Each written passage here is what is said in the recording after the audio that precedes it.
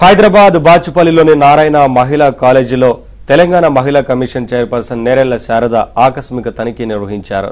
విద్యార్థినులను కనీస అవసరాలు కూడా మెరుగుపరచకుండా విద్యార్థినులు తీవ్ర ఇబ్బందులు పడుతున్నట్లు కమిషనర్ చైర్పర్సన్ గుర్తించారు. దీంతో యాజమాన్యంపై ఆమె ఆగ్రహం వ్యక్తం చేశారు. విద్యార్థినులు వారి తల్లిదండ్రుల ఫిర్యాదుతో తనిఖీలు చేసినట్లు ఆమె తెలిపారు.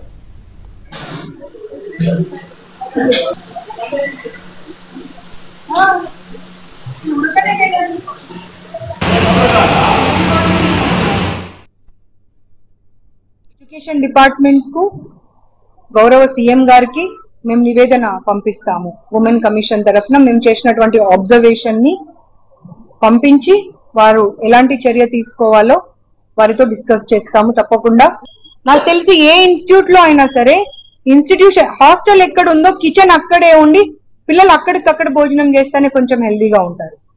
ఒక దగ్గర ఎక్కడో వంటలు చేసి 10 ఇన్స్టిట్యూట్స్ కి పంపించేస్తున్నారు, 10 సెంటర్స్ కి పంపించేస్తున్నారు. దాని వల్ల కూడా పిల్లలకు హెల్త్ ప్రాబ్లమ్స్ వస్తున్నాయి. కాబట్టి మన పిల్లల ఆరోగ్యము భవిష్యత్తే ఇంపార్టెంట్ తప్పించి ఏ ఇన్స్టిట్యూట్ లో చదివించామో అవసరం లేదు. మీ పక్కన ఉన్నటువంటి కాలేజ్ కి పంపించండి. ప్రశాంతంగా పొద్దున వెళ్తారు, మధ్యాహ్నం వస్తారు, భోజనం చేసుకుంటారు, మళ్ళీ సాయంత్రం వెళ్తారు, వచ్చేస్తారు. అట్లీస్ట్ హెల్దీగా ఉంటారు.